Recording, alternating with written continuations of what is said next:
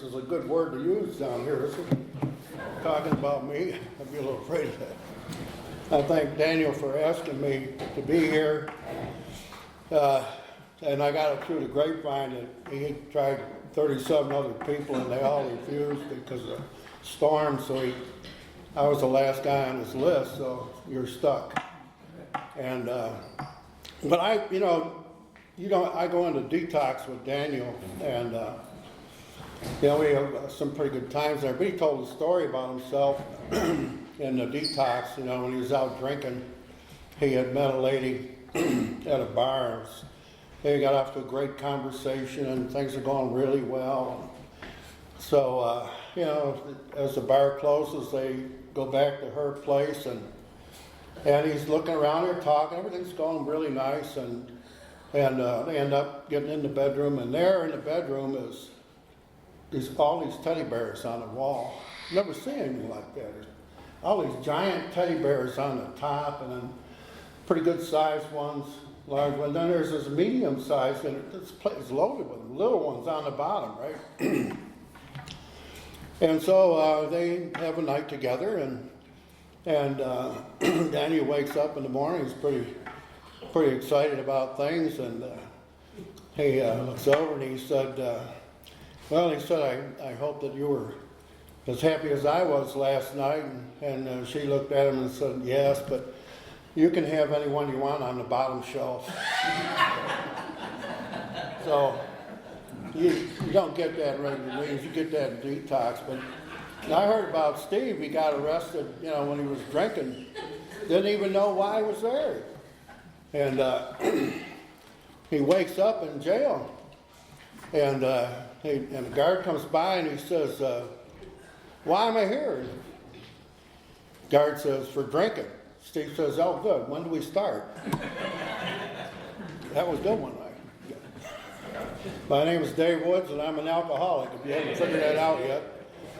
And sober today by the grace of God, the fellowship and the program of Alcoholics Anonymous, and a little work by myself because I have to do some of the work. And I'm a believer in the 12-step program, and if you've spent any time around me, you know that I'm a huge fan of what's in this book, and it saved my life. And I'm probably here to talk to one person besides me, and if it's you, I hope you're listening, because I'm not here to really help everybody. I'm just here to tell you what I did, what it was like, what happened, and what it's like today. And I really want to talk about today more because I get caught up in everything, but I've had a ton of opportunities, and I don't usually talk about them. So I think I'm going to start there instead of, because I usually, and by the way, 5-2, I don't have a watch up here, clock, so I can see it. There's one up there. All right, I got it. I was going to have you all wave. Let me know.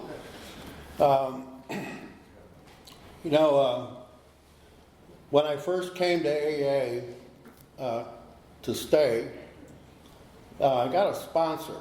And if you're new, a sponsor is somebody that is, this is my opinion, and certainly I've done a lot of work on this, but a sponsor is somebody that can teach you how to work the 12 steps and implement them in your life, and give you some tools, life skills, if you will, because when I came here, I didn't have many. I had very few life skills. I kind of bull rushed my way through life, and this guy was always telling me things like, I would have wore a tie tonight, but I've been doing shrugs and I can't button my shirts, which was all right. I'm glad I'm still able to put on some muscle. But when I went to a meeting, my sponsor would say to me, when you go to a meeting, dress up a little bit, wear a nice shirt, dress up. I said, why? He said, well, even if you can't act the part, at least you can look it. And I thought that was kind of cruel, but he was always telling me things that I needed to do, and I just didn't get it. I think if I had a theme in my life was I don't get it. That would be my theme. I really didn't get it. So I'd always have problems today they call it drama, right? But I always have something going on when I got sober. And I had two sponsors, all right? One I worked with and one I saw in meetings because I lived about 30 miles from where I worked. And they both always had the same thing to say. It was kind of an interesting dilemma for me, but I couldn't, and I never could put one against the other. I never seemed to be able to get one, or get both of them. I'd get one or I'd get the other. But, I was very fortunate that I didn't try to play with that at all. But I go to see John. He was a little guy. He was a carpenter. And he had the greatest smile. The kind of cutesy little smile. The one you just want to slap off with somebody who looks so happy. You know what I'm talking about. I asked him to be my sponsor, and that smile disappeared for about 2.5 years. And all I saw was his finger going like this, and he'd be looking up at me. He was a little guy. And he'd always have the same question for me. He said, what step applies? I go, what do you mean, what step applies? He says, one of those steps will solve any problem you have in life. You just got to figure out which one it is. So they got these little white cards with the steps and traditions on them and the Serenity Prayer. So I had that card, and I'd be walking over to him, and I'd have a problem with somebody or something. And he'd say, well, what step applies? I go, well, it's the 7th step. Humbly asked him. No, it's the second step. And he was always, always had me. He said, you got 3 fingers. If you got pointing a finger at somebody, you got 3 pointing back at yourself. You probably did something to cause it. So I spent a lot of time doing inventory from day to day. I had to learn how to do a 10th step. I figured I'd do a 10th step right away because then I wouldn't have that much more to add on to a 4th step. That was my thinking. And so I did try to make amends as I went. And amend means to fix something, a broken relationship. So I had a lot of broken relationships when I got to AA, and I spent a lot of time trying to figure out how to fix those. I'm a tool and die maker by trade. I have a couple of journeyman cards, and I worked for General Motors at this time. And I was fortunate I still had a job, because now they're worried their attendance procedure is way different than it was then. But when I was out there, I was going to work. They had a strange idea that I should be there 5 days a week. I was trying to make 3, and Monday was out, Thursday was payday, so maybe I was there, maybe I wasn't. Friday was all over, but. Getting back to AA, what happened, or what it's like today, I guess. I got involved with a convention in New York, and I was on the committee, and then I got to be on the speaker committee, and then I got to be the head of the speaker committee. And when I was 10 years sober, I got to be chairman of the convention. But I had the good fortune to bring Tom Iverster down or up to New York. So I met him I had about 4 years. So when he was speaker at our convention. So when I lived here and I heard his name all over the place, I was shocked, because I did have phone conversations with him for the first 4 or 5 years after he was the speaker there. But he brought something to me that made more sense to me than anything else. And when in the book, in the doctor's opinion, where it says they are restless, irritable, and discontented, and he said it's like a tiger in a cage. I've never forgot that. Have you ever been to the zoo and seen a tiger just going back and forth and back and forth? And that's how my insides were. They're just uneasy. And so that really made sense to me. So I started to understand the illness and what was going on. But Then I got working with some guys, and I started working with a guy when I was 4 months sober. He's a friend of mine, a drinking buddy.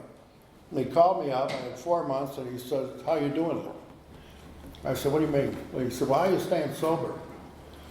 I said, "Well, I'm going to meetings, I'm doing this aftercare thing, and I'm, trying to study the book." And he says, "Well, come and get me, will you?" And I said, "All right." He said, "Bring a bottle." Here I am, 4 months sober, and I had gone to an aftercare meeting, and they said, "Don't take him a bottle." I said, "I'm tell you right now, he's going to want that bottle." And they said, "Don't." So I had another guy go with me, and I said, "All right, I won't do that." And so I knocked on his door, and he opened the door, he looked at me, and he looked down on my arm, he didn't see a bottle, he turned around and went to the phone. And I said, "Never mind, I'll take you to get a bottle." But a week later, I took him to treatment. Now, this is 4 months sober. And I've been doing that ever since. I worked with him, and him and I walked together for about 13 years, and then he moved, and we still work together. So it was a good relationship, and it was a good life lesson for me to work with somebody else. So I started right away working with people, and I got involved in a study with Joe and Charlie. Some of you know who Joe and Charlie are. They're gone now, but they were in the 80s. They were just a fabulous couple of guys that were going all over the country, all over countries. I think they went to 100-some countries, and talking about the message in this book. And I got so enamored by that. I remember I had surgery, and I got a set of their tapes, and I sat up all one night, listened to them. I just couldn't believe what I was hearing, because I read this book by myself, and I just couldn't get it.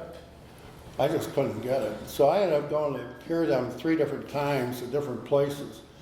And eventually I started doing studies at my house. And then after about 3 years at my house, a couple of guys said, "Why don't you go to this clubhouse with us and do this?" And so I did them in a clubhouse. Then another clubhouse said, "Well, you did one over there.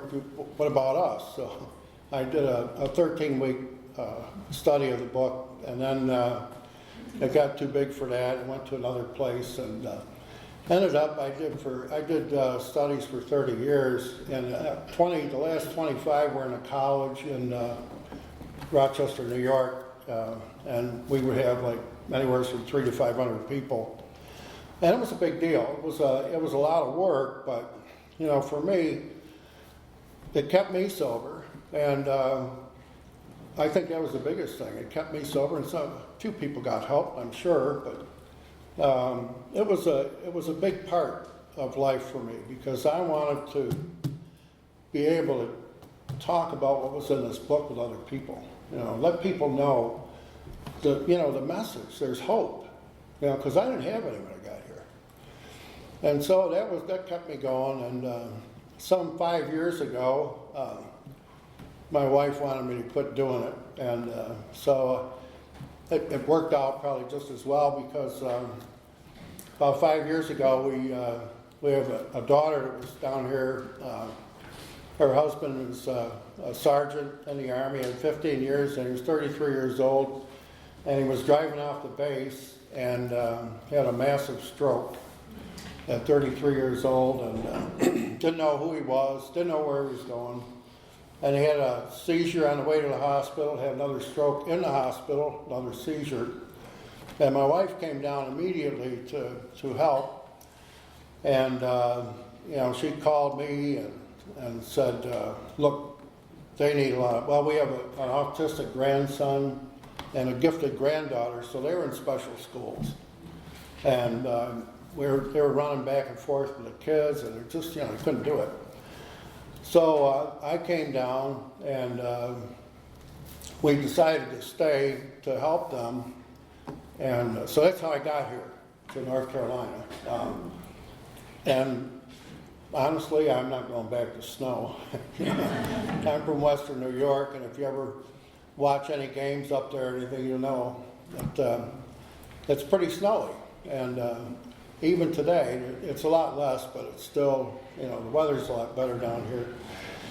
But that's what got us here, and then I moved us down here 1 week at a time, if you will. I took 4 trips up, back and forth, and moved us myself. And so I wasn't going to meetings here. I went to 2 or 3, and I just, I'm going to tell you, moving was a hard thing. When when you're comfortable in an area, you know how the meetings are, you know where to go, you know all that stuff. And to go to another area and call it home is a tough chore. It's really, to blend in. I don't blend in anywhere, so it's, I just kind of try to do what I can. But so I would go to meetings when I was up north, and then I'd come back here and I'd do stuff, and I'd go right back up north and go to meetings. And then a friend of mine, I have a buddy, and he got sober the same time I did. And so he's got 2 weeks less than me, and we've been friends all this time, and we talk back and forth. And he lived in Buffalo. I lived outside of Rochester, New York.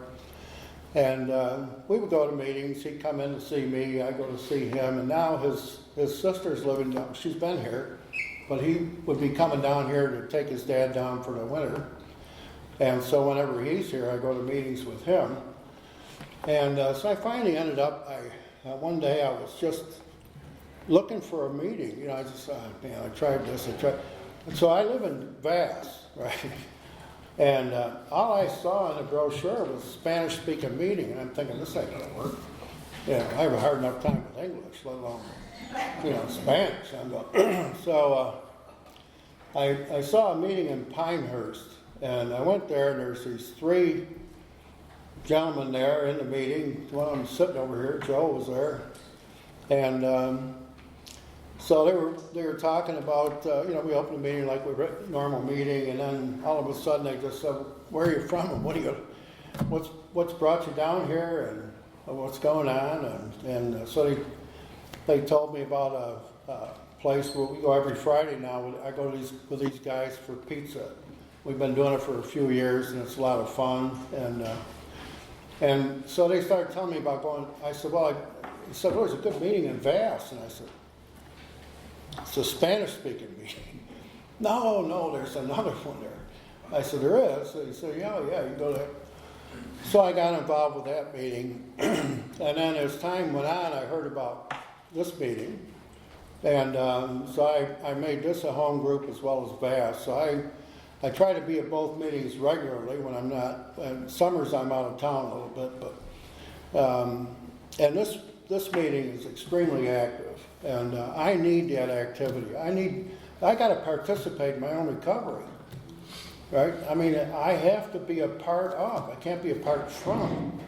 I got to be doing the footwork. I can't make it by myself, and I know that. And so to come in here and to be able to go to the detox and go to different meetings on Monday nights and hear speakers on Thursday, it's a great thing. And I got that, there's a feeling you get in a meeting that you don't get anywhere else. You get that feeling of comfort, and it's going to be okay. And, that knot in the stomach goes away. And you just say, it's going to be all right. And that's the greatest thing in the world. That's the nicest thing. Meetings are where people share their experience, strength, and hope.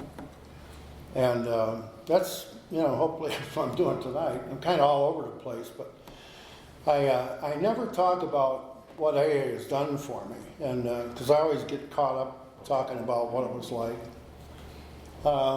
When I first got sober, I was sober about a year, and one of the guys that I knew, when I was ripping and roaring in 1980, I did there was a guy that was a privateer. He didn't have sponsorship, but he was riding a super bike. And I had a bike just like his, and I had made some modifications on it. It was a Kawasaki, and some of you are old enough to remember the Kawasaki wobble. You go around the corner and the handlebars would slap the tank. It was a little uncomfortable, but it was, yeah, it was exciting. Yeah, I didn't mind it too much, but I made a couple of fixes. And this guy had come in fourth at Daytona, and a friend of mine was working on his motor, and he said, go see what Dave did to his bike. So he came out and he looked at my bike and he said, can I take it for a ride? I said, yeah, sure.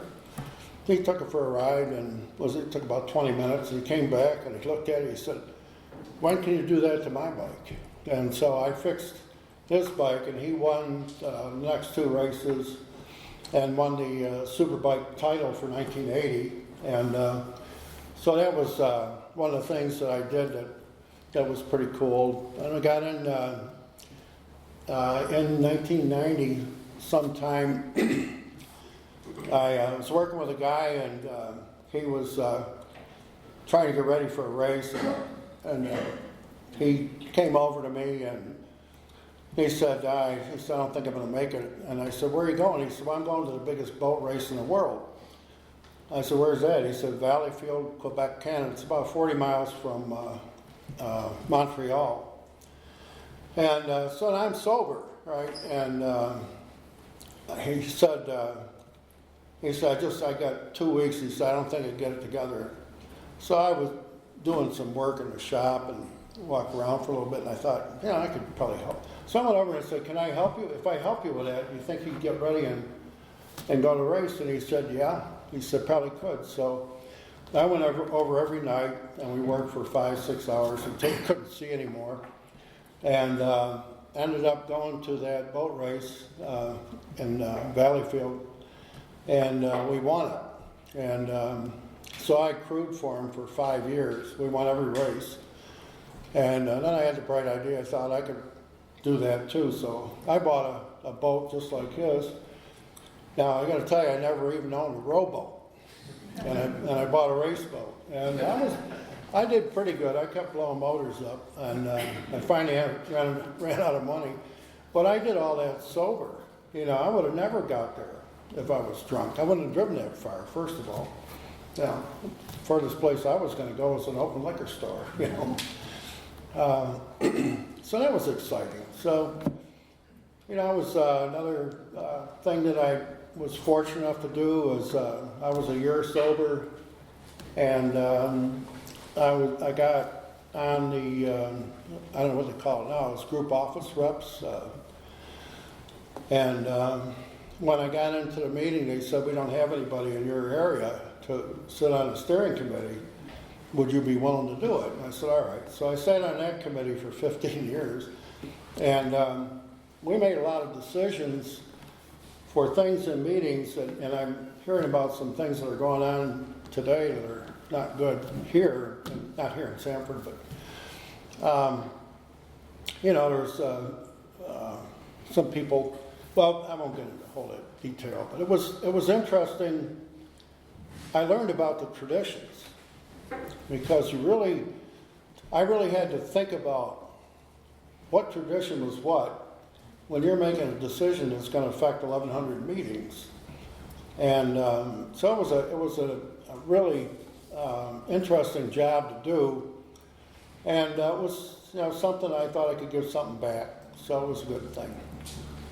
Another thing that I've done, I'd like to get this out, and let's see, I think in the 1990s, I'm not sure, I can't tell you right now, but I got invited, a guy, an electrician friend of mine, said, hey, why don't you come lift with us, weightlift? And so I said, all right, I'll start lifting with you guys. And so we would, in the auto industry, you get a little break, and so in the morning and the afternoon, so we'd get a morning workout, afternoon workout, and one thing led to another. A couple of years later, we went to a contest because the guy that got me, Phil, was going to lift in this contest.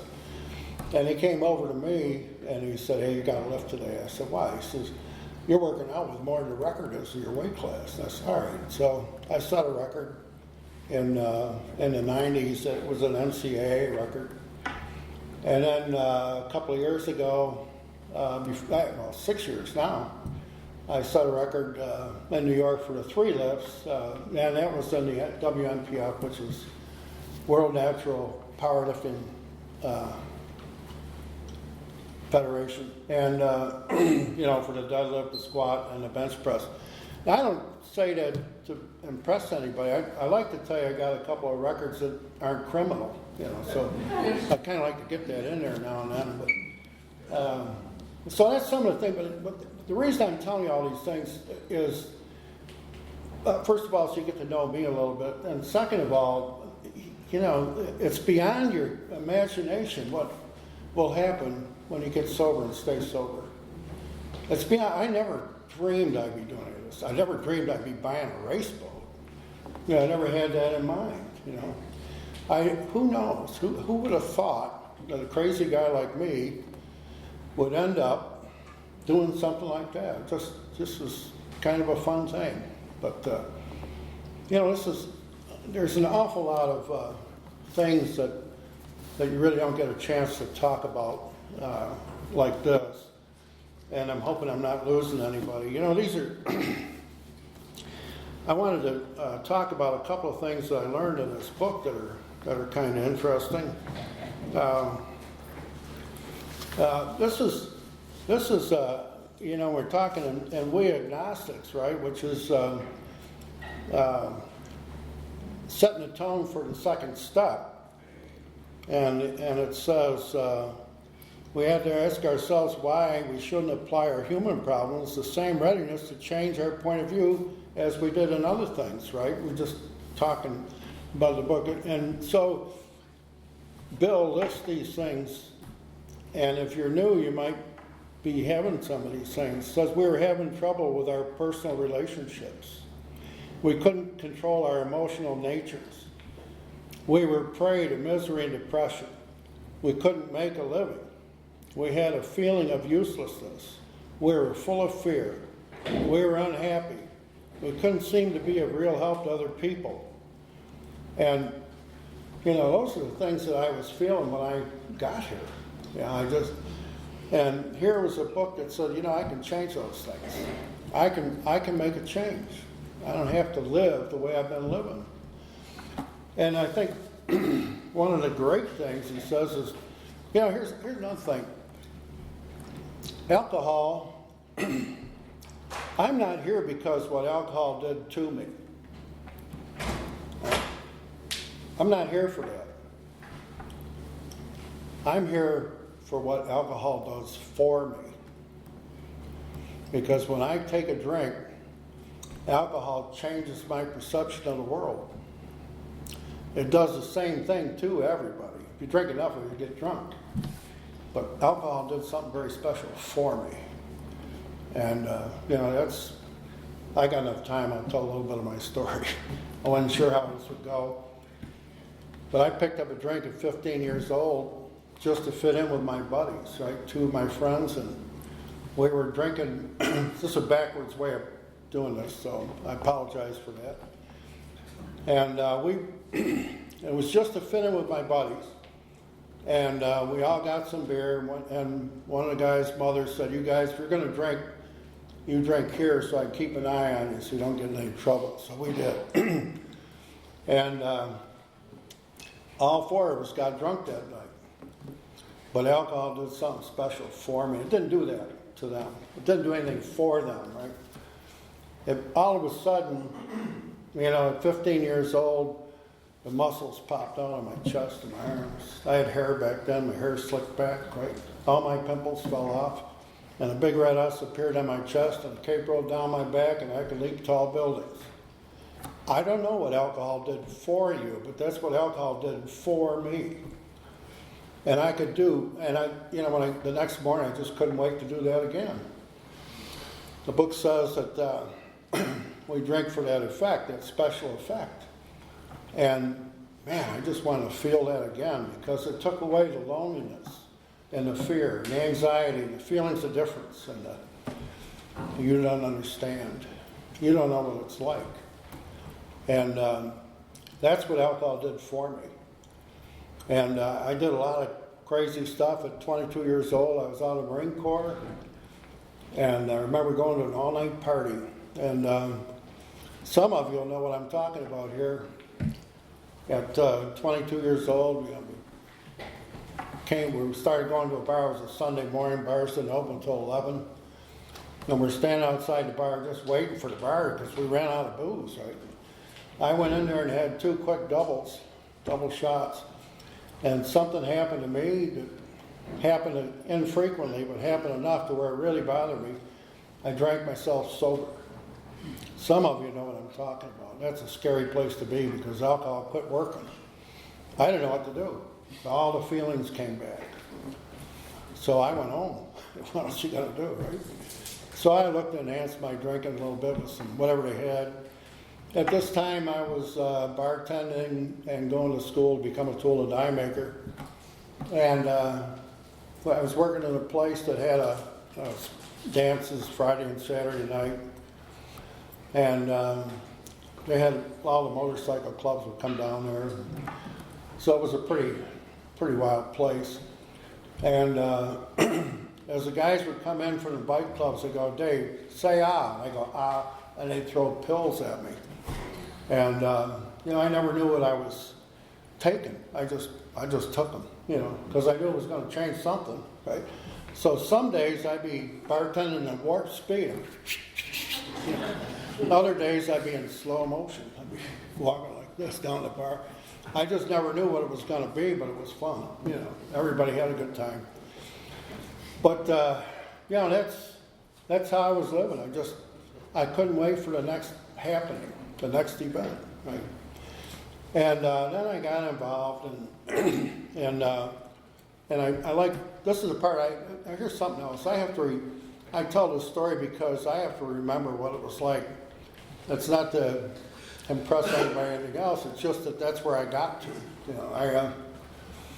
At the end of my drinking, I moved from the city to the country because it was just crazy in the city, it was madness, right? And I bought this little place, 5 acres, a little creek in the front yard. And, but the problem was all the craziness was in the house. It was me, right? But I did what everybody does when you move from the city to the country. I'm a Vietnam era vet. My house was booby-trapped, tripwired, and alarmed. Everybody does that, right? Don't have street lights out there. You got to watch it. Raccoons and deer, Never know what's coming in the middle of the night, right? And that's the way I was thinking. And so a typical night now was I'd switched. I got arrested a few times, so no big deal, bar fights and stuff. So I came out of jail one morning, and I'm thinking, it's this Jack Daniels. I've been drinking Jack Daniels, right? That Jack Daniels is getting me. So I switched to wild turkey. I thought that would help, right? And a couple of months later, I'm back getting in the car, and another time, I was trying things that, and then by this time I'm drinking, and I'm, you guys that are younger use the stems, but we have water pipes, and we always got into cocaine, and I got pretty heavy into that. So, this is a typical evening at home. After work, I'd set up shop in a bay window overlooking the creek, the Serenity Park, right? I had a bottle of wild turkey, and these are just a big glass here, but big, tall glass, and I'd fill that full of wild turkey. And I had this water pipe, and I had a 357 because now I'm paranoid, and there's somebody always after me, right? And it was like my American Express card, don't leave home without it, right? I didn't go anywhere without a 357. Go to work with a 357. Right? Now they have metal detectors. I don't know what I would have done. So I take a big shot at wild turkey, get the edge off of the day. It was a rough day, right? And I thought, well, I'll do a little hit on this pipe. And I go, and I get a little hit on that pipe. And I hear a noise on the lawn. I grab it, 357, where'd it go? And I'd be peeking the windows, right? I'd be going all around. And I get halfway around the house, and I hear a noise in the house. I go, shit, they got in. And I'd have to, now I got to check every room and every closet, right? And I'm checking. I get around, and I get these closets, doors slide open one way and slide open the other. Well, I know that sucker's in there. I don't know who that sucker is, but I got to get him out, right? I don't know if that's DEA, troopers, or somebody coming to steal my dope. Somebody's in that closet. So I cocked the hammer on the gun, reach real quiet for it, stick the gun in, but the sucker was fast. I got to go. Oh my God, where'd he go? And I opened it. Now, up north we have basements. You don't have many here, but I had to go check the basement because, I get in basements on you too, right? And, man, I come back up the stairs and my whole thing's done. I take a big drink of that wild turkey. Jeez, why do I do that, right? I do another little hit on it, but right back at it again, peeking the windows. Oh, my God. Then I look up at the clock and go, oh, my God, it's 4 o'clock in the morning. I got to go to work, right? So I try to get a couple hours of sleep. If I was on my game that day, before I started all this, I would have taken, I like to, especially in the summer months, take a watermelon to work, cut up a piece of watermelon, and I would marinate them in 100 proof Smirnoff, just for morning break, something to take the edge off of getting up. And so I shared that with my buddies, and we drank a little, I drank the remainder, and at lunchtime we jumped the fence so they didn't worry about, when we came back in, because they had a time when you come in. But so we jumped the fence, run over to the bar, get a couple of quick doubles, and get that, remember that old Pepsi commercial where they used to say, all right, that's how I felt. Just a little bit off the ground, just kind of easing back into work and, and then get out of work and go home and think, geez, what a day. I can't do that again. Holy smokes. So I pour myself something like a Wild Turkey Manhattan, just take the edge off. I gave my buddy my Manhattan glass when I quit drinking, and he made a planter out of it. So it tells you how big that was. And then I'd have some of that Wild Turkey Manhattan, and I'd start thinking, maybe it wasn't all that bad. I might have I think I overthought this a little bit. I bet I could have just one hit on that pipe and just. Now, mind you, I only got 2 hours of sleep, right? So right back in the bay window again, and I'm thinking, man, it's gonna be all right today. Then I do a hit on that pipe, and I'm right back peeking the windows, right? And then I had to, be 5 o'clock in the morning, and I'd have to call into work, right? Because in those days, and this is the craziest thing in the world, General Motors wanted you to tell them why you were out. I remember I called in this one morning, and the guy says, all right, well, how come you're not coming in? I said, I got the heebie-jeebies. He said, you got the what? I said, I got the heebie-jeebies. He thought for a minute, he says, I'm going to put down flu. So, but that was the kind of stuff that I was doing. And it was, the insanity of that first drink, right? So then finally they sent an EAP rep down to see me. And this was before caller ID, by the way. And this guy said, I hear you're having a bad time. I said, yeah, man, I could use some time off, right? He said, well, I can't give you time off, but if you need help, I can get you some help. And I said, well, give me a couple of months off. I think I can straighten everything out and come back. Everything will be good. I can't do that. But if you need help, call me. And I said, yeah, okay, thanks. Well, I don't know. Some months later, I was peeking behind the shower curtain. They get behind the shower. And alcohol will get you there just fine. All right? Alcohol will do this to you, too. But I'm peeking behind the shower curtain. Because I get behind the shower curtains, I turn around and look in the mirror.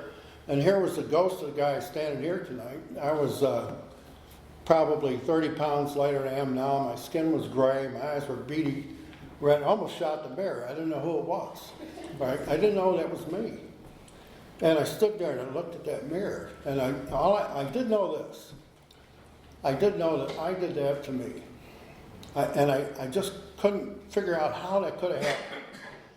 I sat down on the edge of the tub and I started crying. I didn't know what to do. I had no hope.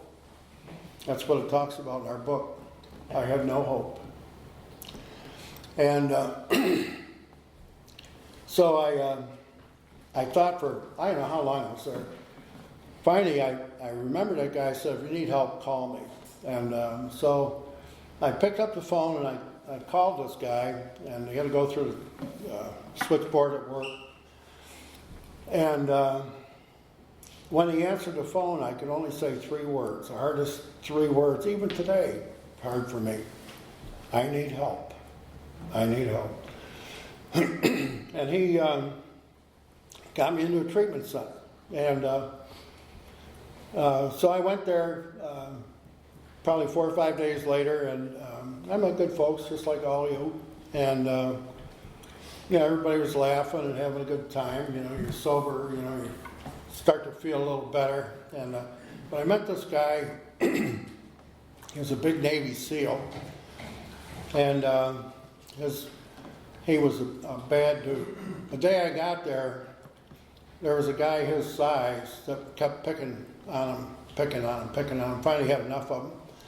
And when they went to break it up, this guy's name was Dan. And Dan was 6'5" and about 285. This kid was a little lighter than Dan. He was in his 220, 230. But Dan had stuffed this guy in a dryer, and he was putting quarters in. And so that's the kind of guy he was. And so they said, why don't you 2 guys get together and maybe you can both stay sober. And so, I said, all right. And so he would call me, and I'd call him. I'd go to Buffalo, and then this is in my first treatment. And but one day when I was probably, 3 or 4 months, not even that long, because I think I tried to get 60 days. I couldn't make it. And then I tried to get 30 days. I couldn't make 30 days. And so I was really struggling, and Dan knew it. He came down one day and he says, listen, I can't hang with you anymore. He said, you're drinking, you're using, I can't be around you. And I said, all right. Well. So 8 months later, it's about 13 months, I think, Dan calls me up and he says, I hear you're having trouble again. And I looked at the phone. All I could think of is, who's ratting me out to this guy? Somebody's ratting me out here. And I said, well, Dan, listen, I'm going to put this stuff away. I'm done. I'm going to quit. And he said, I don't think you can do it. He said, pack a bag. I'll be there at 7:30 in the morning. I'm taking you to treatment. So I'm going to clean this up a little bit. I said, no, thanks. And he said to me, I don't care what you say. He says, pack a bag. I'm coming to get you at 7:30. And so if you were drinking and doing what I was doing, I couldn't stop. Knowing that this guy's coming, knowing what I'm dealing with, and I couldn't stop. So a couple of things. I was smart enough to unlock the door because I knew he'd kick it in. And I was smart enough to pack the bag. And when he opened the door, walked up, I picked up the 357, cocked the hammer, and I cleaned this up a little bit too. I said, please leave. And he looked at me. If you've ever seen anybody with empty eyes, you know what I'm talking about. A guy that doesn't care if he lives or dies. And that's how Dan was. He didn't care. He didn't care one way or the other. He stood there for a minute. Finally, he said to me, either use it or give it up because I come to take you to treatment. And with that, he walked over and he took the gun out of my hand, right? And he said, get the bag, come on, get in the car. So I got in the car. So I'm here to tell you that I came to AA at gunpoint, and I had the gun. How does that happen? How does that, it can't happen, but it did. On the way down there, he brought me the message in the book here. He said, listen, I've been getting on my knees every morning and asking God to keep me clean and sober for the day. And I get on my knees at night and thank him for keeping me this way. And he says, if it can work for me, it can work for you. simple message, the simplest of all. And I said, well, maybe I'll go to more meetings. You know, the first time out, I went to one meeting a week. That was all I wanted to do. And finally, I had a couple excuses. He finally said, listen, you've tried everything else. Why don't you try God? I had no answer for that. I had no answer. So I said the guy from Buffalo was taking me to Pennsylvania treatment. All right, I'll try it. So I got into detox that night, and I was just pacing back and forth, and it bothered me for whatever reason. I told this guy I was going to pray. So I peeked the halls, made sure nobody was looking, because I still had my pride, right? I ran over to bed, I got on my knees, and said, all right, if you're up there, thanks.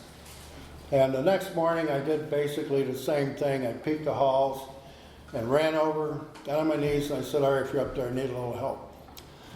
And that was my first sober prayer. That was June 15th, 1986. So I've been sober a while.